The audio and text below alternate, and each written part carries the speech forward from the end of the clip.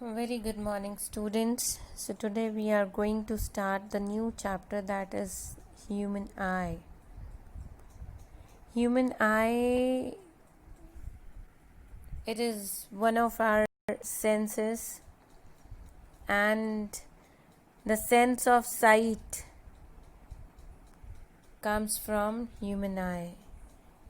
Light को sense करके हम कुछ देख पाते हैं, that is from human eye. So it is very valuable and sensitive organ. ठीक है, and it is very important also कि हम इसको संभाल के रखें, हम इसका ध्यान रखें. आजकल हम अपनी आईज़ का ध्यान नहीं रख रहे हैं. इट इज़ वेरी इम्पॉर्टेंट कि आजकल जैसे आप फ़ोन पे और इस पे बहुत ज़्यादा काम करते हैं तो उसके बाद आई को रेस्ट दीजिए. ठीक है बेटे. So today what we are going to do, आज सिर्फ मैं आपको इसके पार्ट्स बताना चाहती हूँ. What are the parts of the eye. I am going to show them one by one. एक एक करके हम पार्ट्स देखेंगे और थोड़ा सा उसके बारे में फंक्शन समझेंगे. ठीक है. ह्यूमन आई जो होती है ना, it is just spherical in shape, और इसका जो पूरा डायमीटर होता है वो 2.5 सेंटीमीटर का होता है. कोई बहुत बड़ी चीज़ नहीं है, but it is very important part of our body and it is just like a camera. Camera जैसे फोकस करता है ना अपना हमारी इमेज के ऊपर, बिल्कुल एज सच ऐसे ही ये फोकस करती है. और इसमें बहुत फ्लेक्सिबल से पार्ट्स लगे हुए हैं. देखो वन बाय वन हम आते हैं.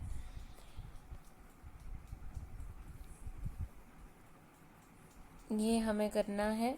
Human I, important parts of the I, power of accommodation, defects of vision, myopia, hypermetropia. ठीक है, this is your syllabus. So one by one देखो. See the eye and the transparent cover over the eye. आई का जो आपको lens दिखाई देता है ना, मतलब जो आपको आपकी आँख देखते ही उसमें जो कलर गोल गोल सा ब्लैक या ब्राउन या ग्रीन या ब्लू कलर का जो दिखाई देता है, उसके ऊपर एक ट्रांसपेरेंट कवर होता है. ठीक है, ट्रांसपेरेंट मेम्ब्रेन होती है, स्फेरिकल मेम्ब्रेन, उसको हम कहते हैं कॉर्निया. ओके. लाइट जो एंटर करती है हमारी आई में, दैट इज थ्रू कॉर्निया. ये बिल्कुल ट्रांसपेरेंट सा होता है, ये वाइटिश सा कलर होता है. इसका जो मेन फंक्शन होता है, it is to act as the protective layer for the eye. Eye की प्रोटेक्टिव लेयर, अंदर जो आई है उसके ऊपर का, जैसे हम कॉपी के ऊपर एक ट्रांसपेरेंट कवर चढ़ा के उसको प्रोटेक्ट कर देते हैं ना, ऐसे ही हमारी आई का जो प्रोटेक्टिव कवर है, that is the cornea. Fine. अब कॉर्निया के जस्ट पीछे आपको जो कलरफुल पार्ट दिखाई देता है, जो ब्लैक या ब्राउन या ग्रीन कलर की, जो हम कहते हैं कि आपकी आई का कलर क्या है.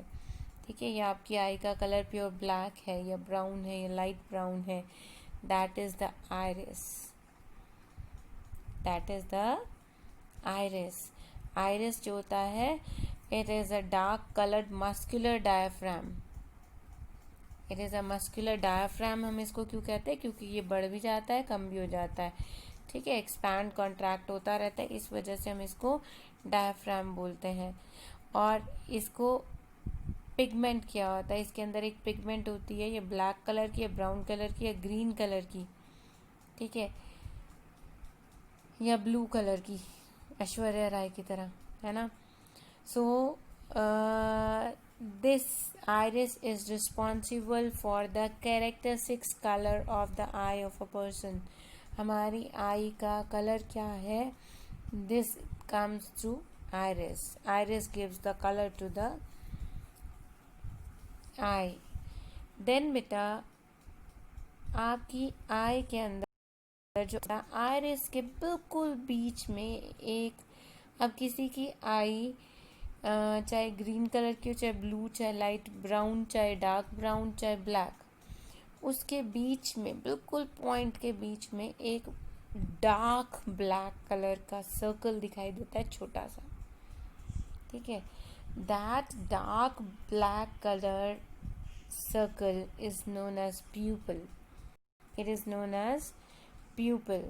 अब मैं ये बता दूं कि उसमें ब्लैक कलर नहीं है, वो अंधेरा है, मीन्स उसके ऊपर कोई भी चीज़ नहीं है। It is a small opening, ये एक छोटा सा छेद है, ओपनिंग है, स्मॉल सर्कुलर ओपनिंग आयरिस के बिल्कुल बीच में। द प्यूपल अपीयर्स ब्लैक, ये बहुत इंपॉर्टेंट क्वेश्चन भी है। Why the pupil appears black? Because no light is reflected from it, क्योंकि जो लाइट जा रही है वो इसके अंदर जा रही है।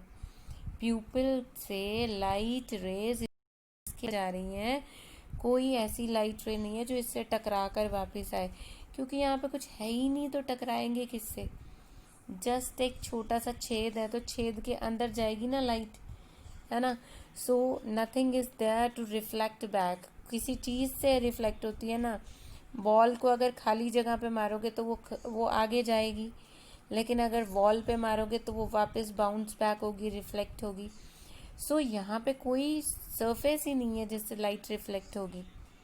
ओके, ये this is a small opening, खाली जगह है, इस वजह से जो लाइट रे है इनसाइड, सो इस वजह से ये हमें बिल्कुल जेट ब्लैक दिखाई देता है। So no light is reflected from it. Fine.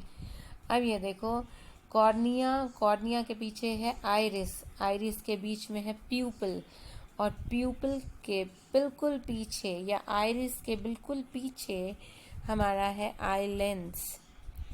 Okay, क्या है? Eye lens.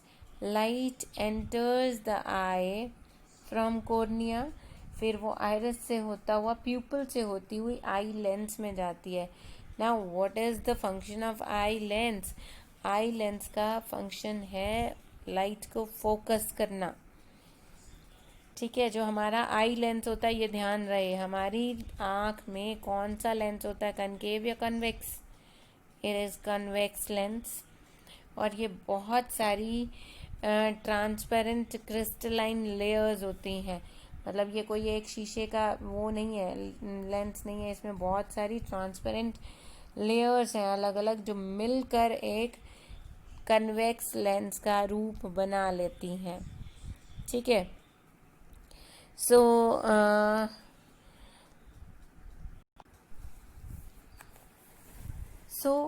आई लेंस जो होता है, लेंस होता है अलग अलग ट्रांसपेरेंट क्रिस्टलाइन लेयर्स से मिलके बना है, और ये बीच में से होता है हार्ड, और जो इसके कॉर्नर्स होते हैं, दोनों तरफ जो कॉर्नर्स होते हैं वो फ्लेक्सिबल बन जाते हैं, सॉफ्ट होते हैं, क्योंकि उन एजिस को पकड़ के रखती है सिलियरी मसल्स। पकड़ के कौन रखती है? सिलियरी मसल्स, ठीक है। अब नेक्स्ट हम आ रहे हैं सिलियरी मसल्स पे। Ciliary muscles, the eye lens is held in position. Eye lens को फोकस कौन करता है?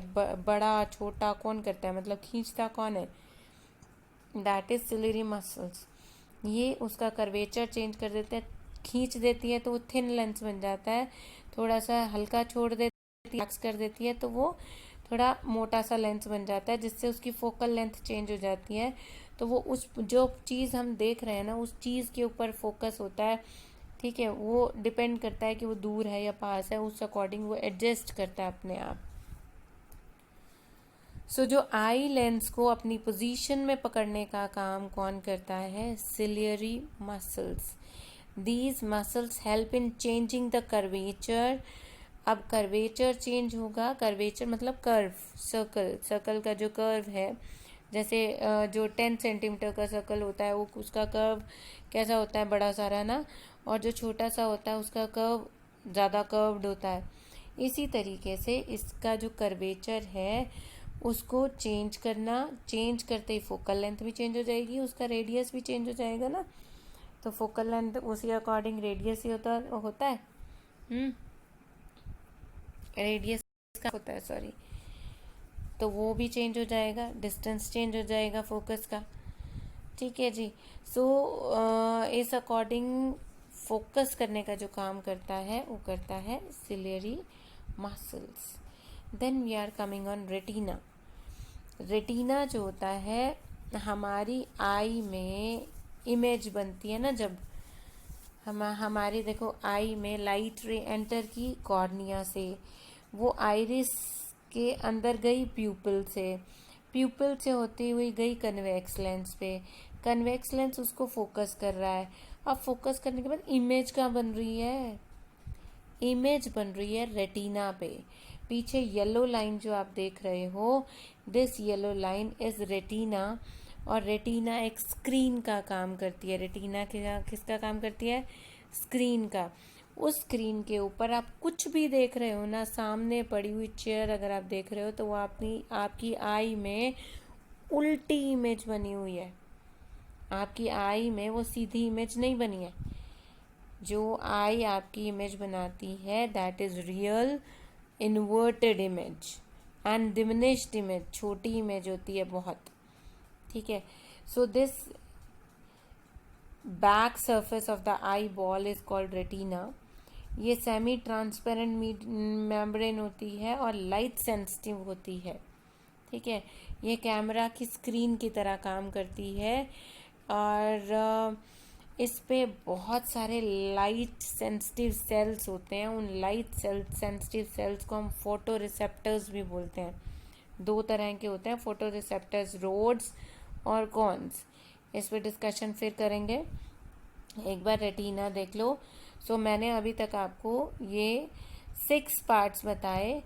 सबसे पहला कॉर्निया, उसके पीछे आइरिस, आइरिस के अंदर प्यूपिल जिसमें से लाइट जाती है, उसके पीछे आई लेंस जो उसको फोकस करता है, आई लेंस को फोकस करने में हेल्प करती है सिलियरी मसल्स। फोकस करने के बाद जो लाइट रे बैक जाकर इमेज बनाती है that is on the screen of the eye and that is retina. Fine. So next is vitreous humour. एक और भी होता है एक्वस ह्यूमर। एक्वस ह्यूमर कहाँ होता है? वो होता है कॉर्निया और आइरिस के बीच में। कॉर्निया एक ट्रांसपेरेंट मीडियम है। आप अपनी बुक देखेंगे तो बुक में भी मेंशन नहीं किया हुआ है but it is given there in written. Cornea जो है that is the protective layer of the eye.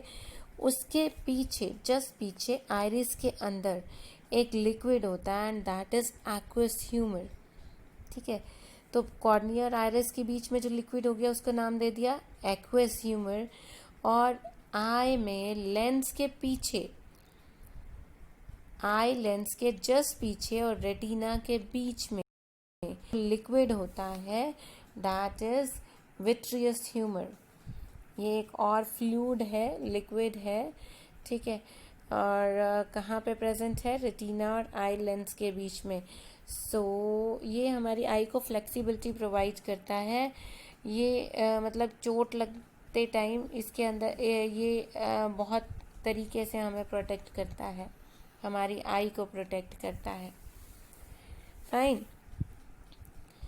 Then we are coming on blind spot. Blind spot और ऑप्टिक नर्व। ऑप्टिक नर्व जो पीछे आपकी नर्व दिखाई दे रही है, या आपको रेड और ब्लू कलर की जो नर्व दिखाई दे रही है that is optic nerve. Optic nerve जो होती है ये नर्व का काम क्या है?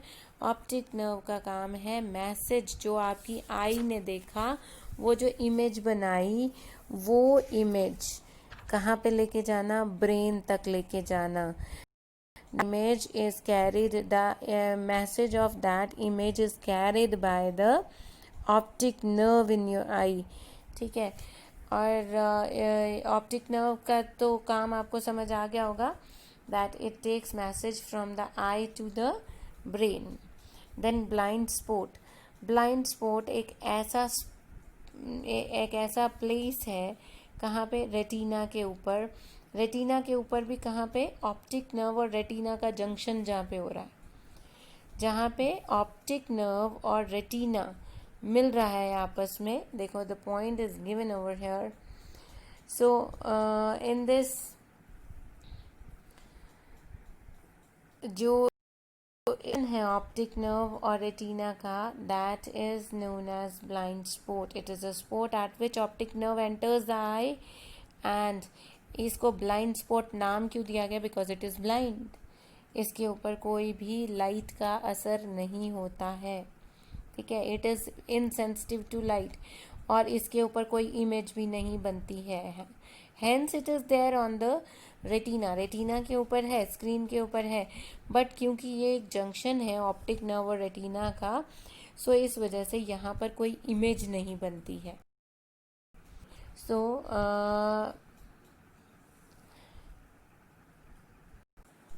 बोलो कुछ.